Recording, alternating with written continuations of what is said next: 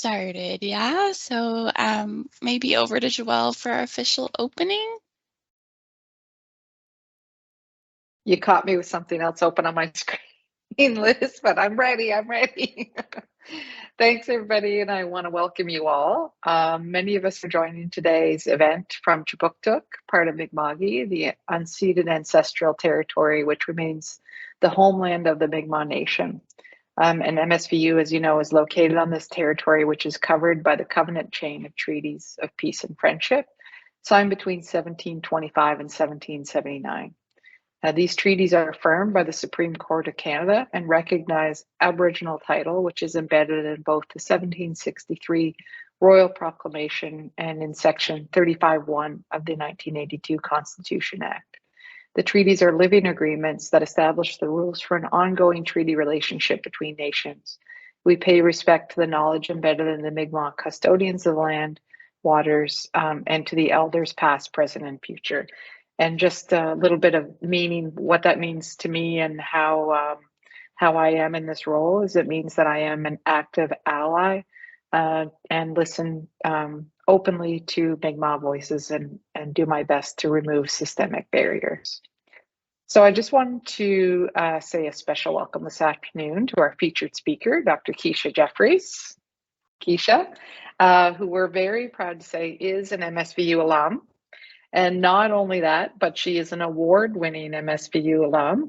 Some of you may have heard that Dr. Jefferies was recently named the latest recipient of the university's Equity and Inclusion Alumni Legacy Award in recognition of her tremendous contributions to social justice, diversity, equity, inclusion. And we're very, very proud of you, Keisha, and we're very happy to have you representing us very well. So we're thrilled to have her joining us here today during African Heritage Month to launch the winter edition of the MSVU Black and Indigenous Speaker Series. African Heritage Month is an important opportunity for education, celebration, and reflection on the contributions, culture, history, and experiences of Black people across Canada and beyond. And as you know, Nova Scotia has more than 50 historic African Nova Scotian communities that have long, deep, and complex histories dating back more than 400 years. And African Nova Scotian history is integral to the Nova Scotian histories. The stories of this province, this country, are not complete without the stories of those of African descent. And it's a history that has not been prioritized, but we are trying to do our best in changing that. And it's through observances like African Heritage Month that can help change it. And so while this month is a deeply important one to our best version of Nova Scotia, Canada, places and beyond, and embed the knowledge, worldviews, and contributions of Black people in everything that we do. And I'd also like to extend a thank you to the staff of the MSVU Research Office for organizing today's events and the entire Black and Indigenous Speaker Series. So with that, Dr. Jefferies, thank you so much for being here, and I'm grateful for the opportunity to learn from you today. Perfect. Thank you for that lovely introduction. And thank you for having me. Yeah, so we're going to have Aja now introduce you, Keisha. So Aja is in her final year of Bachelor's in Child and Youth Study and is also an assistant in the Black Student Support Office here at the Mount. So over to you, Aja. Thank you so much. So just a little introduction of Dr. Keisha Jefferies. Dr. Keisha Jefferies is an African Nova Scotian nurse scientist. Her doctoral research funded by Vanier Canada Graduate Scholarships, Killam Trust, Research Nova Scotia, Johnson Scholarship Foundation, BRIC Nova Scotia, and Dalhousie University examined the leadership experiences of African Nova Scotian nurses in healthcare. Dr. Jefferies uses Black Feminist Theory to inform and guide her research, teaching, and advocacy. Her research interest spans two focal areas: Black populations' health and anti-racism in nursing education and practice. Her advocacy focused largely on addressing anti-Black racism in nursing, as well as inclusivity in post-secondary institutions. Dr. Jefferies has not only made significant contributions to academics, but also to her community. Please help me welcome Dr. Keisha Jefferies. Perfect. Thank you for that lovely introduction. So I will just share my slides. Just give me a moment to navigate.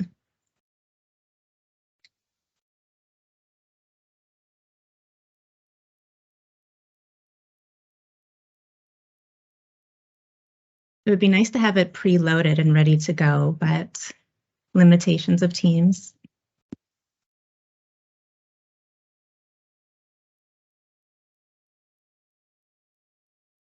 You have the full authority you need. Okay. Keisha, there you go. Perfect. We're on it. Allow it to think. Okay, perfect. Let me just adjust my font. All right. So thank you for that introduction again. And without further ado, and just to confirm, everyone can see my slides? Yes. Yes. Perfect. All right. So the title of my presentation is African Nova Scotian Grit, a scholarly personal narrative about nursing leadership. And so I will be talking about this specific publication. However, I will be weaving in some other projects as well as some advocacy work that I've been involved in. So just to set the stage, I would like to acknowledge my PhD committee as well as the funders, again, who were mentioned in my introduction. And without my committee and without the funders, this work would not have been possible. So I do acknowledge Dr. Jackie Hagan, who was also on the call, as well as my co-supervisors, Dr. Ruth Martin Meisner, Dr. Gail Tomlin Murphy, as well as Senator Wanda Thomas Bernard.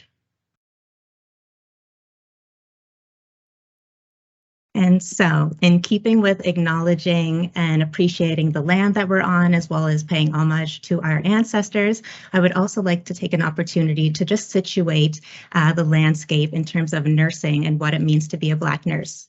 So when we think about the legacy of anti-Black racism in nursing, it is important to highlight a few of the Black nurse trailblazers who shifted the trajectory for Black nurses in Canada. These include Ruth Bailey, Gwyneth Barton, Bernice Redmond, and Clotilda Yakimchuk. Additionally, I would like to acknowledge Perline Oliver, who was not a nurse, but was a community activist and played an instrumental role in instigating institutional shifts that enabled Black women to gain entry into the nursing profession. So in terms of who I am, in addition to my introduction, so as mentioned, I am an African Nova Scotian nurse. I was born and raised just outside of Halifax in New Glasgow. I'm also a first-generation university student. So not only am I the first in my family to go to university and to obtain a professional career, I'm also the first in my family to complete high school. After completing high school, I attended Mount St. Vincent, where I completed my Bachelor of Science degree before going on to Dalhousie, where I completed my nursing degree. After completing my nursing, I then went to work at the IWK Health Center, where I practiced in the neonatal intensive care unit. And that's where I found and discovered research as well as health policy. So that led me back to Dalhousie, where I completed my master's in nursing. And my master's involved a breastfeeding policy analysis, which enabled me to spend 3 months in Tanzania, working and collaborating with nurse researchers, nurse midwives, and practitioners in Tanzania. Finally, I returned to Dalhousie again for my PhD, and in the first semester of my first year is when I gave birth to my beautiful daughter, Tatiana, and I recently completed my dissertation, which was the leadership experiences and a critical examination as it pertains to African Nova Scotian nurses. And currently, I work as a health outcome scientist with Nova Scotia Health. So in order to provide a bit more context and background about the projects that I'm going to share, I will provide a few key definitions or elements that will help facilitate understanding. And the first is related to nursing in Canada. So nurses comprise one of the largest and most trusted regulated health practitioner groups in Canada, with close to 450,000 active nurses. Currently, Canada recognizes 4 designations of nurses, which includes nurse practitioners, registered psychiatric nurses, registered nurses, as well as licensed practical nurses or registered practical nurses. And they are distinguished by factors such as education as well as scope of practice. In Nova Scotia, as of 2015, there were approximately 15,000 active nurses. And in terms of understanding the demographic composition of nursing workforce, existing data are disaggregated by age and gender, with key indicators such as race, sexual orientation, and disability status omitted. And these gaps in the nursing workforce data really impact the nursing health workforce planning as well as healthcare delivery. So the collection of disaggregated demographic data that is reflective of the Canadian mosaic in terms of population is truly necessary to adequately inform and effectively advance practice and policy. When it comes to nursing leadership, we understand that leadership is a standard practice and basic entry-level competency throughout each level of nursing, with all nurses possessing the potential to be a nurse leader. So we understand nurse leadership can take a formal or informal level. So in terms of formal leadership, that may include managers as well as charge nurses, while informal leadership includes coaching and mentorship. We also know that nursing leadership is an effective way to change policies, to change systems, as well as to truly care for populations, families, individuals, and communities.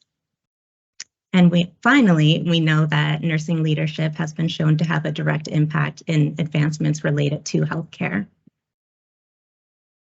So the final point that I will speak on is related to African Nova Scotians, which are also known as Black Scotians, Scotians, or Indigenous Black people. And African Nova Scotians comprise a distinct group or community of people within the larger Black population in Nova Scotia.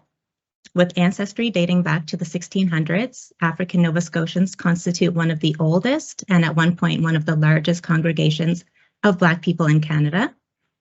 Geographically, there are approximately 50 land-based African Nova Scotian communities that are located across Mi'kma'ki, which is the ancestral and unceded territory of the Mi'kmaq. African Nova Scotians make up roughly 2.4% of the Nova Scotian population, which translates to roughly 22,000 individuals, and more than 70% of African Nova Scotians identify as being third generation or greater. In 2015, the United Nations declared the years 2015 to 2024 as the International Decade for People of African Descent to generate awareness of the human rights issues encountered by people of African descent globally. And then in 2016, a United Nations working group conducted a series of consultations across multiple cities in Canada to better understand the circumstances of Black people in Canada. And the UN determined that anti-Black racism remained pervasive across multiple sectors of society, including education, employment, and healthcare in Canada, and particularly in Nova Scotia. So these historical and contemporary societal factors were found to be central contributors to numerous inequities and disparities that are experienced by African Nova Scotians. For example, social and structural determinants of health contribute to high rates of chronic disease and illness, which is heightened by the underrepresentation of African Nova Scotians in affluent and prominent sectors of society, including as healthcare providers. All right, with all of that background, now I'll move into some project work. And the first project that I will speak on is the African Nova Scotian Grit, a scholarly personal narrative about nursing leadership. So my scholarly personal narrative was informed by the theoretical underpinnings of narrative inquiry and Black Feminist Theory, which together are social, critical approaches to research, which really acknowledge the value of storytelling in an attempt to make sense of experience and phenomena. So they each center the story as the element or the unit of analysis, and they highlight the importance of oral history. So these are the 10 guidelines that I used to frame and to construct my narrative as I moved through creating questions and hooks, as well as drawing implications from my own personal experience and connecting it to a larger picture. And so I do think it is appropriate to just dive a little bit deeper into Black Feminist Theory, which is the frame or worldview that I use to inform my research as well as my advocacy. So Black Feminist Theory is a critical social theory that situates the ideas, interpretations, and experiences of Black women at the center of analysis.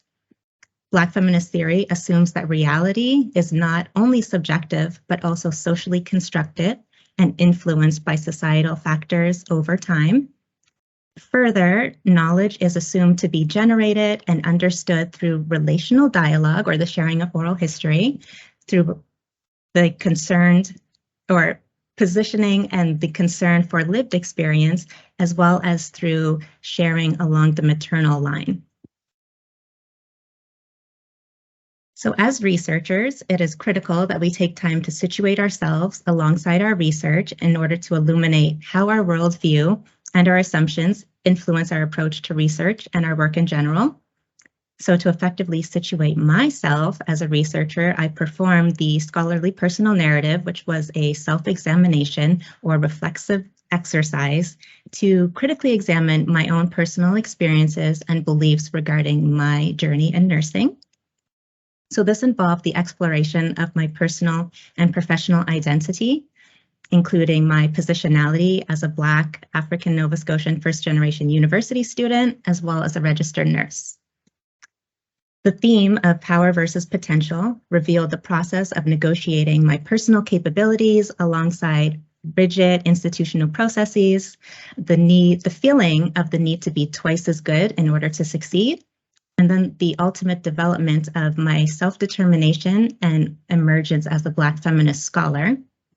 So my scholarly personal narrative really enabled me to hone my reflexive skills and to better understand my insider perspective and to how to effectively use myself as an instrument within my research.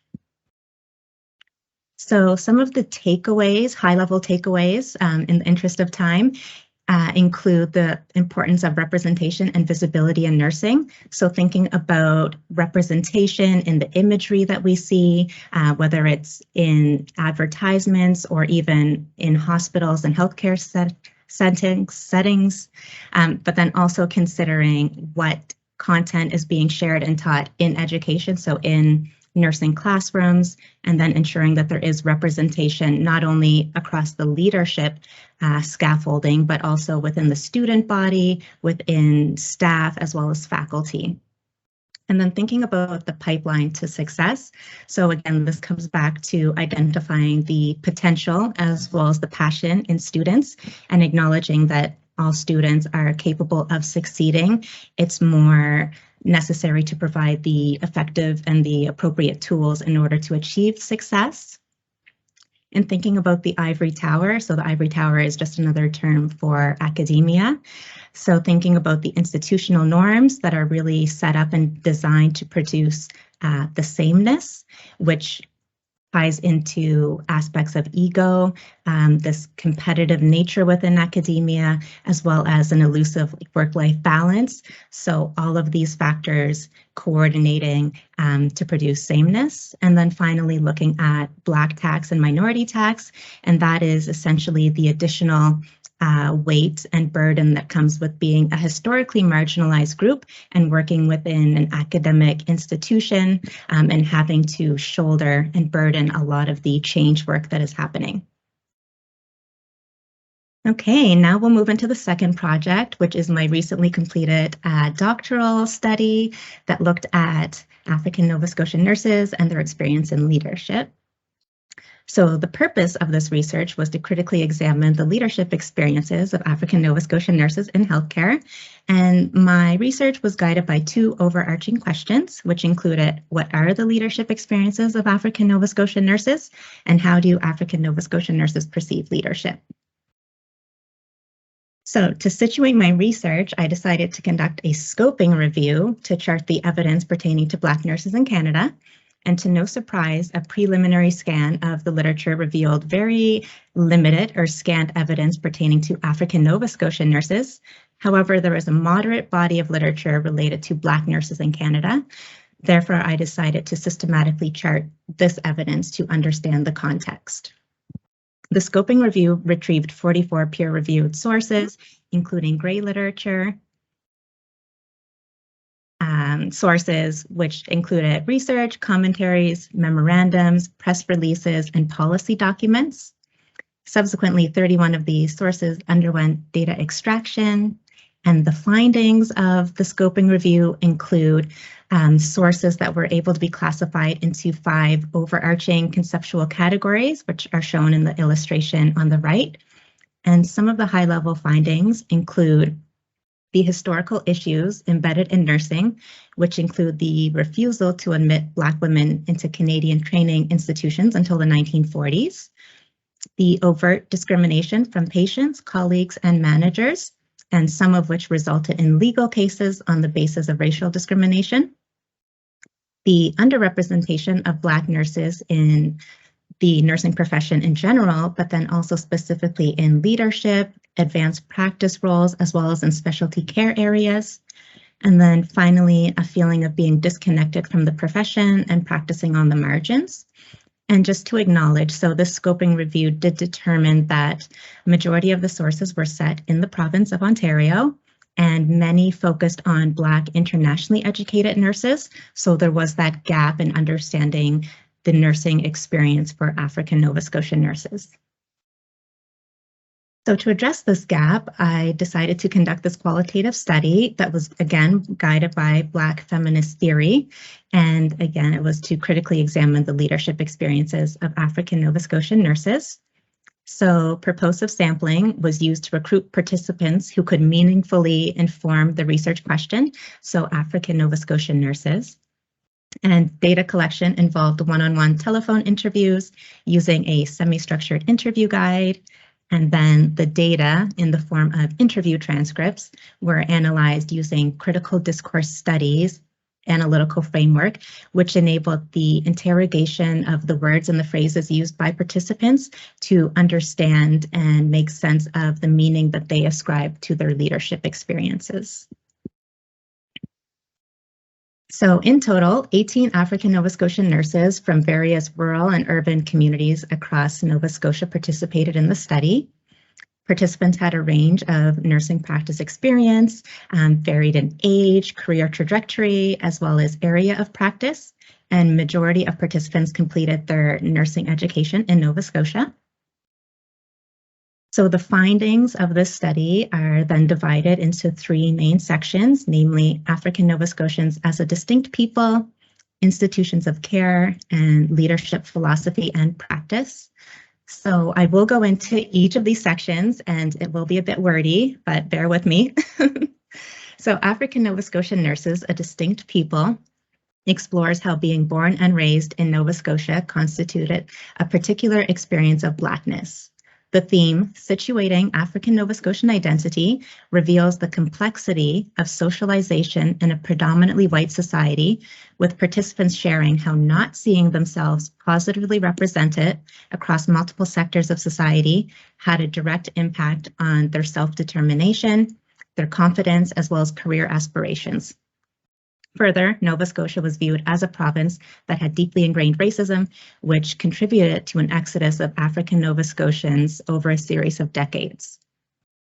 The next theme, the leaky pipeline in education, captures how self-determination was shaped, influenced, and formed by early childhood educational experiences and the obstacles that were overcome to pursue post-secondary education in nursing. Feelings of invisibility and a lack of career guidance was particularly pronounced in the early years of education. And to counter these drawbacks in education, participants described numerous targeted initiatives and programs that serve to address some of the barriers to facilitate their entry and ultimate success in post-secondary education. Finally, the theme, An Ethic of Care, provides critical insight into the development and the nature of care and approaches to care by African Nova Scotian nurses. And despite a lack of formally trained Black nurse role models, participants described vivid memories of early exposure to caregiving provided by women in their families and in their community. Early exposure to care, paired with the pressure to educate others on the experience of Blackness, had a profound influence on nursing practice and the perceptions attached to leadership. So, This is the second section, Institutions of Care, and it examines two interconnected institutions, the first being nursing or the nursing profession. And the theme, Black Tax in Nursing, describes the process of negotiating intraprofessional tensions and legacy beliefs within nursing while simultaneously navigating the profession as a Black person. Black tax involves the additional physical, mental, emotional, and spiritual strain experienced by Black people navigating spaces such as nursing and the healthcare system. This encompasses everyday microaggressions to more widespread, insidious, and nuanced processes. And participants described Black tax as becoming most apparent while navigating interprofessional relationships, in addition to attempting to ascend the professional ladder. Specifically, attempts to integrate into the nursing profession was made increasingly difficult by a reinforcing network of gatekeepers, institutional or organizational policies, as well as the physical, structural, and ideological design of institutions, which effectively limited access and entry into the profession. And the second theme reveals the views of Nova Scotia healthcare system as being an archaic institution. Many participants who had critical and clinical practice experience in other jurisdictions, including different provinces and different countries, described these limitations, in addition to participants who solely practiced in Nova Scotia. The Nova Scotia healthcare system was compared to systems in other provinces and countries, which were considered to be more progressive and advanced in terms of patient care, diversity, and concepts or ideas regarding health and personhood. A lack of diverse practitioners and ideas was viewed as a contributor to a broken paternalistic system that did not empower nor promote health, that did not empower patients nor promote health. The drawbacks of the Nova Scotia healthcare system were then echoed by participants who had only practiced in Nova Scotia, while absent or inaccurate content in nursing education raised questions regarding practice competency. So these shortcomings in nursing education were identified as reinforcing negative stereotypes that fueled mistrust and increased the likelihood of patient harm. Further, participants expressed internal conflict with care delivery in a medical-based system. To compensate again for these drawbacks and gaps in care, participants believed that a shift away from a medical-based approach towards a more community-oriented practice was necessary to both promote and sustain health. And so the final section describes the guiding philosophy and practice of leadership by African Nova Scotian nurses. And participants were explicit in their belief that leadership is not separate from nursing, but rather it is an integral component of nursing practice. And moreover, participants identified themselves as leaders, whether or not they held a formal leadership title. Expanding on this notion, the philosophy and practice of leadership centered around a strong connection to community, including the seamless and intentional integration of advocacy into care. Additionally, the attainment of leadership, as described by participants, was made possible by internal drivers as well as external facilitators, including mentors and allies who shared opportunities, provided encouragement, and supported the professional, educational, and personal endeavors of participants. All right, so now in terms of the significance and the implications of my doctoral work, so I have divided the significance into two main sections, and the first is related to nursing and healthcare, where it will hopefully be useful and beneficial in challenging longstanding assumptions and normative practices that are harmful to African Nova Scotians as a historically marginalized population, as well as other groups. And then the second area of significance relates to African Nova Scotian community as it attempts to, and as it works and puts in the work to uncover aspects and reclaim aspects of African Nova Scotian history and identity, which is ongoing work. And then in terms of the implications of this work, it really spans 4 areas, which include nursing practice, nursing education, research, and policy. And in the interest of time, I won't dive too deeply into those. So in terms of the takeaways, I would just like to say that Black Feminist Theory is an appropriate and relevant theoretical approach or framework for conducting research with Black participants, as it really enables and enhances a critical understanding of experiences and phenomena of historically excluded groups, as well as the fact that African Nova Scotian ancestry proved to be an extremely important element in the experience of African Nova Scotian nurses. And finally, the idea and notion that leadership is a phenomenon that is closely connected and tied to advocacy, ancestry, community orientation, as well as socialization. Okay, so now I will segue into advocacy. So some of the work that I have been involved in along my PhD studies and outside of my PhD as well. So the first initiative that I will talk about is the Community of Black Students in Nursing. So I co-founded this peer-led, student-led group in 2017, and it was a partnership between Black nursing students and the Global Health Office at Dalhousie University. And it was really designed to address some of the gaps that were persistent within the nursing program. And so I collaborated with the Global Health Office to really launch this, and I'm happy to say that it is still up and running and still supporting Black students as they navigate through the nursing program at Dalhousie. And then the second initiative that I'll speak to briefly is the Registered Nurses Association of Ontario Black Nurses Task Force, which was commissioned in June 2020. To acknowledge, address, and tackle the anti-Black racism that was being experienced in the nursing profession, but specifically in Ontario. And the mandate was to actively reduce anti-Black racism and discrimination, including in organizations, regulatory bodies, associations, and across healthcare more broadly. And the task force was organized into 4 main pillars, and these include education and awareness building, research and advocacy, partnerships with stakeholders and allies. So over the course of a year, we hosted several, monthly webinar sessions, conducted research with nurses, and had a lot of activities. And I will just bring up the report that came out of the task force. So this report highlights a lot of the work that was done in that year and presents 19 recommendations that will hopefully contribute to the dismantling of anti-Black racism at the micro, meso, and macro level in nursing. So the recommendations span several areas, but an example would be the urgent need for advocacy to address racism against Black nurses in education, awareness at the individual, organizational, and policy levels, and mentorship opportunities.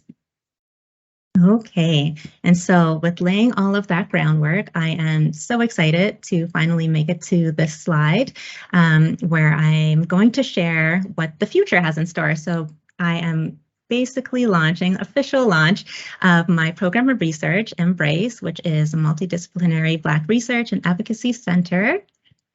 And so the vision of Embrace is to be a multidisciplinary center for robust, comprehensive research, knowledge mobilization, and advocacy to enhance the health of Black populations. The mission is to synthesize and generate evidence, develop evidence-informed frameworks, and implement evidence-informed interventions to advance the health of Black populations. And finally, the 4 objectives really build from the mission, which include the synthesis of evidence through systematic reviews, such as scoping reviews, and to conduct multidisciplinary primary research using qualitative and mixed method study designs, to develop evidence-informed, theoretical, conceptual, and practical frameworks, and finally, to implement and eventually evaluate evidence-informed interventions, initiatives, and programs. So this is a very quick snapshot of the overarching program foci that will frame Embrace. For example, the first one is related to Black populations' health, which aims to examine factors that influence chronic health conditions amongst Black populations in Canada. And then the second is anti-racism in nursing education and practice. And the aim here is to advance nursing education and practice by addressing anti-Black racism within the profession. And so in addition to these research activities, there will be supervision and mentorship activities that are designed to facilitate the recruitment and retention of Black students in nursing as well as in other health professions as well. And so with that, I will end there, and I am looking forward to the discussion around all of this work and all that I've shared. So thank you all very much for listening and making it through all of my sharing of data. Thanks. Thank you, Keisha. That was amazing, and congrats on the launch. That is so exciting. So I will, open the floor to questions. Anyone who has a question, just use the little raise your hand icon, and we'll do our best to go in order here. And so on my end, I can't see any video. Like I can't even see myself on video. Okay, maybe if you stopped sharing, I think you'd be able to see us again. Okay. Yeah. And then Joelle, While if you want to start. you're doing that, Keisha, I'm just wondering if there's any kind of embargo on your launch of Embrace, because I'm about to tweet about it. No, you can tweet. So I tweeted about last week. Yes, definitely. Okay. Yeah, the video is still.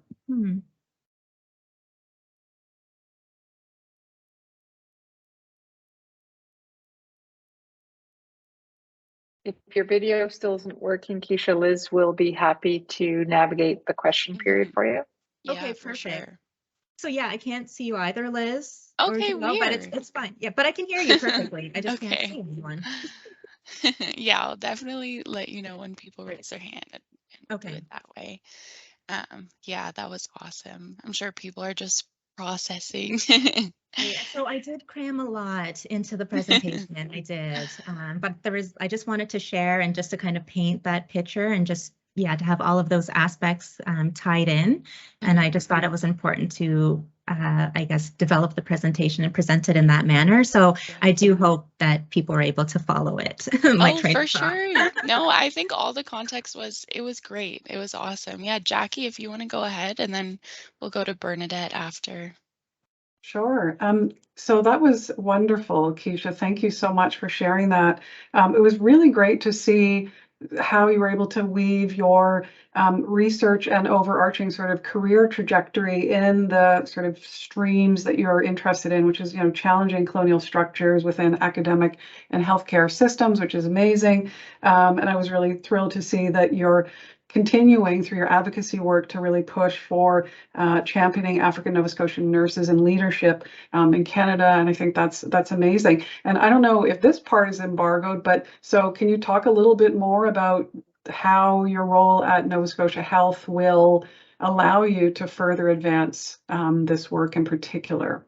Yes, absolutely. So I can definitely talk about that. So I am with a really great team. So Nova Scotia Health under Dr. Gail Tomlin-Murphy's leadership, as well as Dr.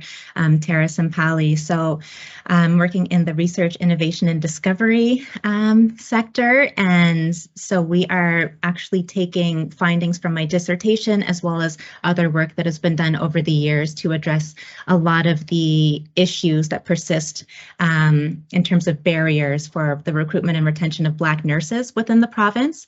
So as we're all aware, I'm sure we're all aware, there is a nursing crisis right now, nursing workforce crisis. So we are looking at specific strategies and initiatives, not only to address the crisis that we're experiencing in terms of the nursing workforce, but also to challenge a lot of those legacy anti-Black practices that were just, again, from the colonial structures that continue to create a lot of barriers for historically marginalized groups to enter nursing. So in thinking about, again, being on Mi'kma'ki, so African Nova Scotian nurses, Mi'kmaq nurses, as well as Black nurses. So how can we challenge the institution as well as the systemic processes that have been really had a lot of time to take root and to establish themselves, looking for opportunities there. So that was like a preamble. So we are currently working on an initiative. It's related to Black nurse engagement. And so we're in phase 1, which is the knowledge building stage. So we're conducting a rapid review to understand best practices for how to actively and effectively recruit, retain, and advance Black nurses within the healthcare system. And then phase 1 also includes the relationship community aspect, so connecting with practicing nurses in Nova Scotia. And again, it's not limited solely to African Nova Scotian nurses, but looking across the province at all Black communities. So engaging with Black nurses across the province, as well as Black communities to understand what the needs are, where the gaps are, and then trying to address those in phase 2, which will be the actual initiative rollout. Yeah, so that's where we are. We're still in phase 1, so the development stage. Thanks, Keisha. That's awesome. Okay, Bernadette, I think you should be able to go ahead. Okay, thank you. First of all, thank you for a phenomenal presentation. And I'm really inspired about what I'm hearing your work is doing, and it's fantastic. Thank you so much. So as an Indigenous person and someone who is very concerned about all of the marginalized communities, I hear that you've already mentioned that you're aware and that there are other Indigenous groups, Mi'kmaq groups, working for these issues as well. I'm wondering if you've done any collaboration or if that's in the future. I know you're in phase 1. I know that it can be fraught with trepidation when marginalized groups can oftentimes be lumped together. So, and the issues are not the same. They're similar in some respects, but they are very distinct to each group. But I was just wondering, in terms of support and alliance and collaboration, if there's anything going on there specifically. And again, while still preserving each unique group's needs and so forth. So thank you again for a wonderful presentation. Yes, thank you. And thank you for the question. So yes, just to your point, I do think that, you know, equity, diversity, and inclusivity initiatives are extremely important and necessary. However, oftentimes we do lose a lot in that approach to addressing a lot of the colonial aspects and anti-Black issues that persist in a lot of our systems and institutions. So while I do think EDI initiatives are essential and must be incorporated into the work that we're all doing, it is important to take that decolonial reconciliation as well as anti-Black racism, addressing those aspects, those lenses. And so I would come back to some of the work that I began in my PhD. So I mentioned the community of Black students in nursing. So during that time, I actually worked closely with a colleague of mine, Leah Carrier, who basically started the community of Indigenous students in nursing. So providing support to Leah in the development of that group. And then ultimately, we formed a student equity coalition, which included Black students, LGBTQIA students, Indigenous students, international students. I believe it's 4 groups currently, and recently they launched Disabilities Community of Disabled Students. So the collaborative efforts, I have begun those in terms of like my PhD work. And again, so a lot of those alliances and allyships are still continuing as we move forward. But in terms of the work with Nova Scotia Health, so there's a lot of moving parts. So absolutely there are Indigenous specific initiatives, there are Black specific initiatives, but at the same time, they're all under the umbrella of addressing a lot of the systemic issues as a whole. So in terms of my work, so I do collaborate. So in terms of Embrace, it is designed to be multidisciplinary. So again, spanning across disciplines, but it's not to say that it is dismissive or exclusive of other groups. It's just simply centering the needs and the issues pertaining to Black students, but then specifically African Nova Scotian students. So definitely collaborations are in the works. I collaborate with colleagues from various backgrounds on various projects, and I think it's extremely important to maintain that. And again, it really informs our understanding. So it would be a disservice to myself and the program and the work that I'm hoping to do if I was not aware of others and if I did not work closely with others. So the collaborative nature is extremely important. So I do maintain that. So thank you. Thank you. And yeah, now we're going to go to Cheryl. Should be able to unmute yourself. Yeah. Hi, Keisha. My name is Cheryl Chisholm. I work for Indigenous Services Canada. I'm a registered nurse, so I work with the Indigenous communities in Atlantic Canada. I just want to say thank you. I think that you did an amazing presentation today, and I was really very happy that I saw the post on Twitter. Actually, that's how I ended up here today. So I want to thank you, and I'm hoping to follow up with you. I really would like to have some further conversations to we have a nursing community of practice in our department that we meet monthly, and we are doing a lot of work around decolonizing nursing in our department and in our practice group. So I would be really interested in chatting with you further and perhaps inviting you to come and speak with our group. So thank you very much. Absolutely. Thank you very much for that.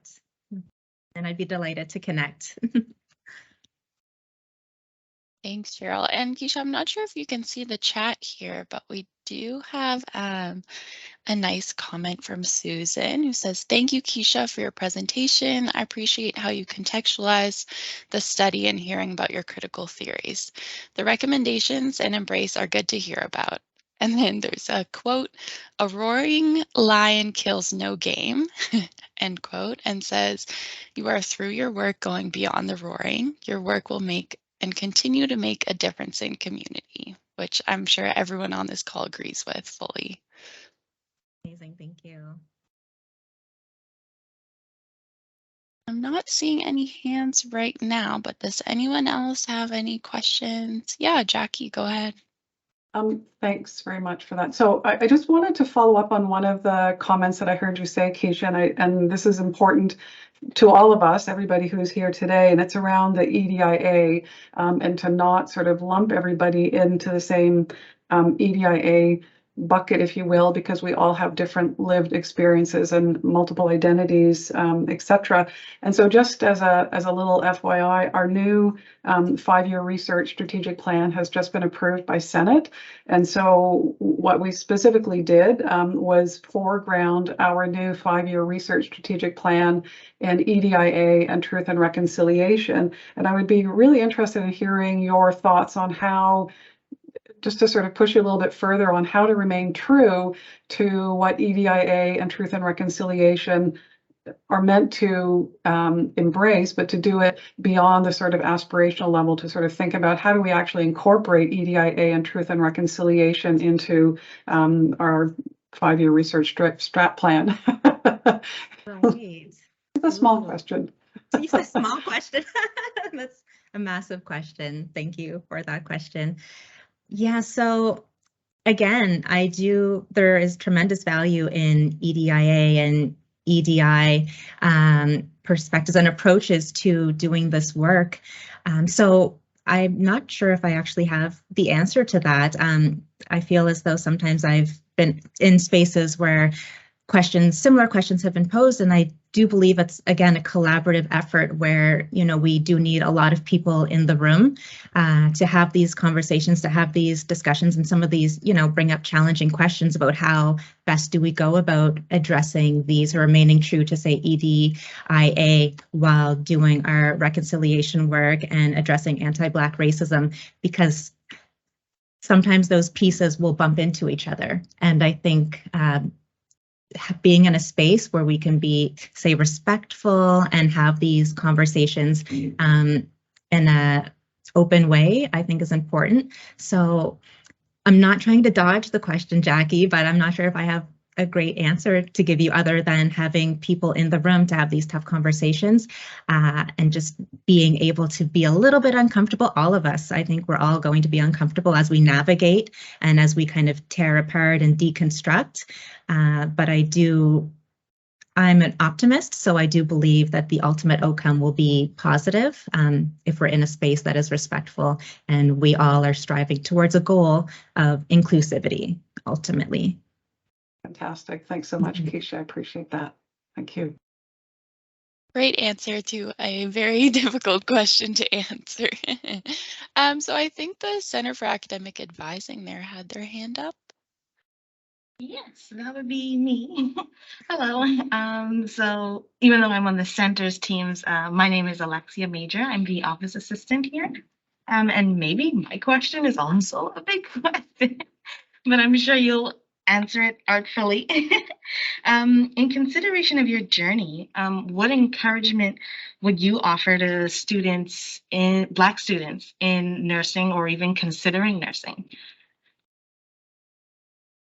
Another big question, but I do have, some solid answers because, again, doing the scholarly personal narrative. So a lot of reflective work. I think reflexivity, again, I'm a huge proponent of just taking time to reflect on your experiences and journey. So in terms of advice for Black nursing students or Black students in post-secondary education, I would say definitely finding your people, whoever that may be, and just building a community of support. So that might be within the program that you're in, or maybe within the institution, or possibly in the community, or it might even be an online community because now we're in this virtual world. But having a group of people or even a couple people that you can connect with on a semi-regular basis, just to, share experiences with, to share ideas with, because again, so that's part of where the community of Black students in nursing emerged from. So I completed all of my nursing education at Dalhousie, and going through the undergrad program, master's, and then beginning the PhD, I was very much alone a lot of the time.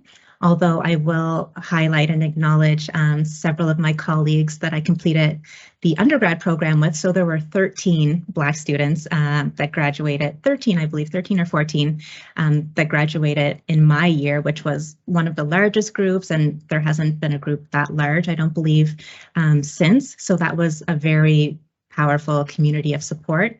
But not all programs have that, depending on the location. Also, probably in Nova Scotia, or like parts of Canada as well. So having that community available to you, but then also identifying mentors. So that was another huge piece that, I would say that I arrived at a little bit later than I would have liked, but having people maybe within academia, within the program, or again, within community who you can share ideas and experiences with, because it can be quite challenging and quite daunting to go at it and go through it alone, or feeling as though you're alone. So being able to connect with people who you're comfortable with is huge. And then I think, those are definitely elements for the students to consider, but I do think, a lot of the burden is on institutions. So oftentimes, and so the title of the presentation is African Nova Scotian Grit. And then we think about these concepts such as resiliency and what it means to be resilient or gritty.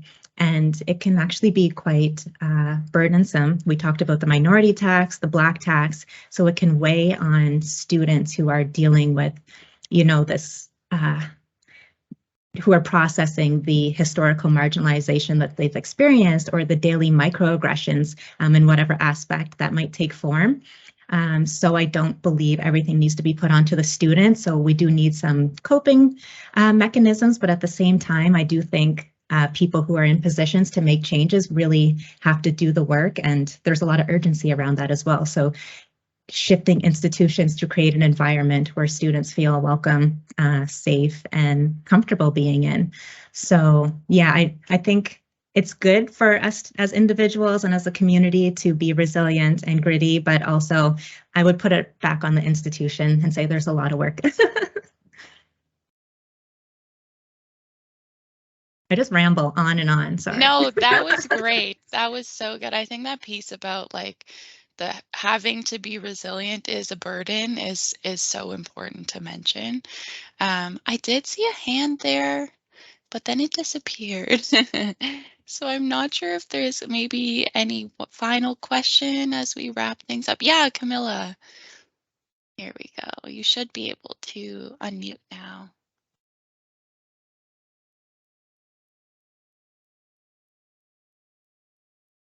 Hi. Thank you so much, Keisha. That was a great presentation. Thank you. Thank you. And I really value that very much. I just wanted to say that I work at Nova Scotia Health in a management position. Mhm. And I was really curious about the piece that you were talking about with the leadership, because it's something that I'm always interested in myself as to how many Black Nova Scotians are in leadership positions. Mhm. And so I did my nursing many years ago at Dal, but I left the province. So I came back a year ago and started working here at Nova Scotia Health. But all my career has been in leadership positions, and I've been kind of the only one a lot of the time in other provinces out west. So I was just curious about any opportunities that you were thinking about here in Nova Scotia, even understanding, I can't even get a gauge on how many managers are in Nova Scotia Health, for example, or if you've done any of that kind of research. And it's something I think that would be nice to start to find out if there's any way I could help. Yeah. Well, yes. And so thank you for sharing that. I believe we actually connected at the, what was it, International Black Health Conference in Yes, we October did. in Yes, we Halifax. did. Yes. So I do remember your face. Nice to see you again. Yes. Yes. And I know that it's one of those things that I am hoping that we could kind of start to look at finding out, because a lot of times people will say, well, how many are you? And I have no idea, because I've only been back for a year and I went straight to work. So I really haven't had a lot of time to do much besides try and learn the Nova Scotia health system and do the job. But I am interested in the future, and like you mentioned, mentors and people like that, because of the many years of experience I have. So I just wanted to share that and say that I really appreciate the work you're doing, because we need more of you. Thank you. Thank you. Yeah. Yes. And So so thank to you. respond, yes. So to respond to your question, so in terms of like how many are there? So that's actually data that we don't currently have, right?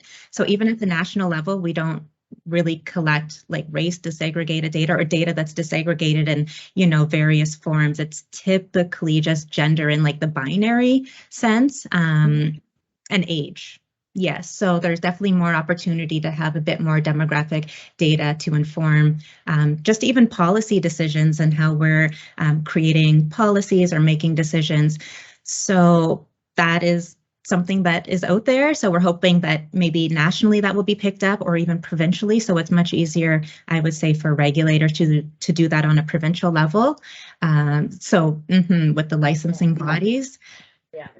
But it's definitely something I am interested in. So, and I know there are others across the country who are also pushing and flagging this as an important issue as well. So hopefully we'll get to conducting that national nursing demographic workforce survey, which I think is necessary.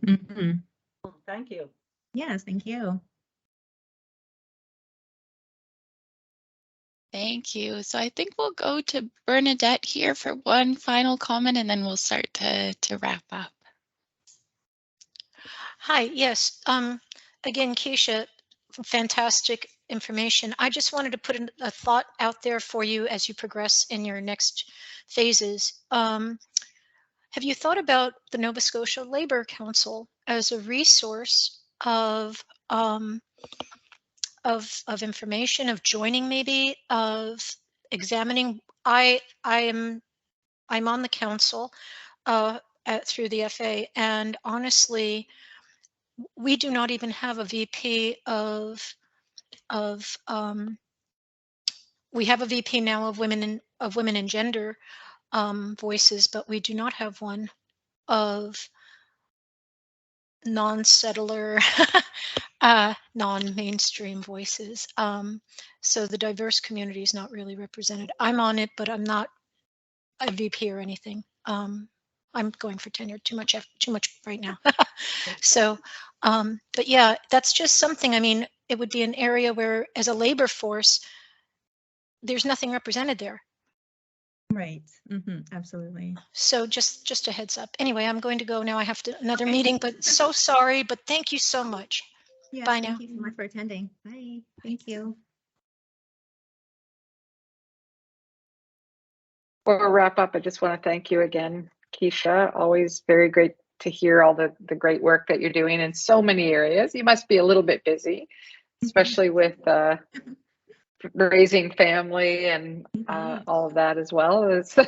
I know what that's like. So congratulations again. And anytime we can have you back to speak, we welcome that. And I do want to just make a couple comments because I've been listening in on the questions, and yeah, it is upon organizations and policymakers to instill a sense of empathy instead of trying to build resilience. I've often said that in terms of our students, we could learn resilience from our students. We have no idea what our students today are facing, and the things that they are going through is much, as it's been a little bit of time since I've been through university, but I think the obstacles current students are facing are a little bit different and more complex than what we face. So I think we can be learning empathy, I think, instead of forcing our students to become more and more resilient. And it's the same with nursing and other organizations. And the importance of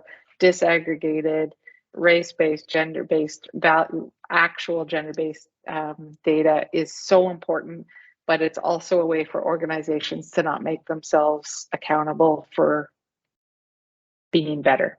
So just those couple of thoughts. Yeah. So thank you once again. Yes, thank you for sharing those.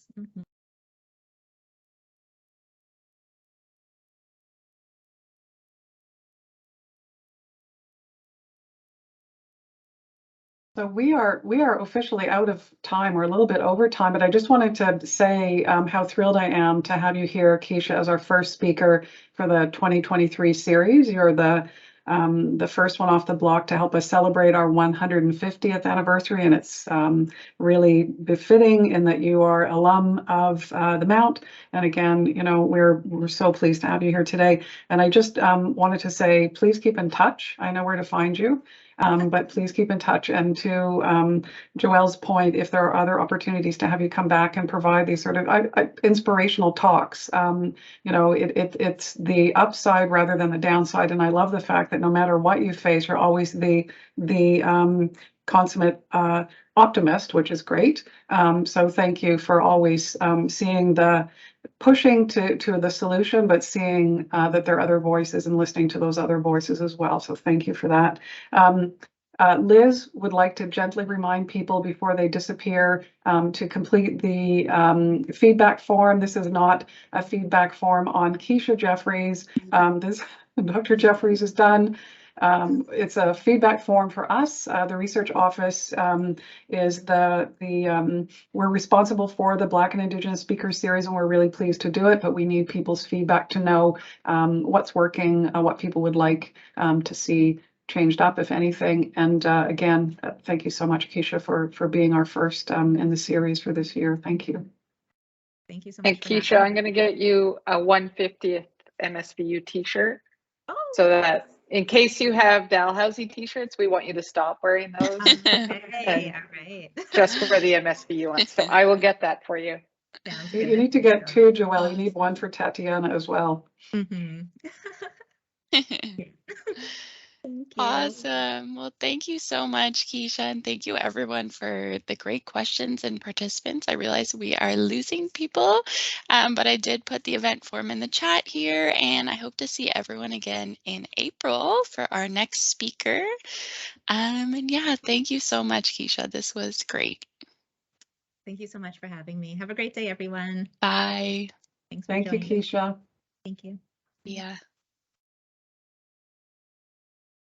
Have we stopped recording? Yes, we have. Okay. Liz, it's Cheryl. Could you send out the feedback form through email, because I can't access it?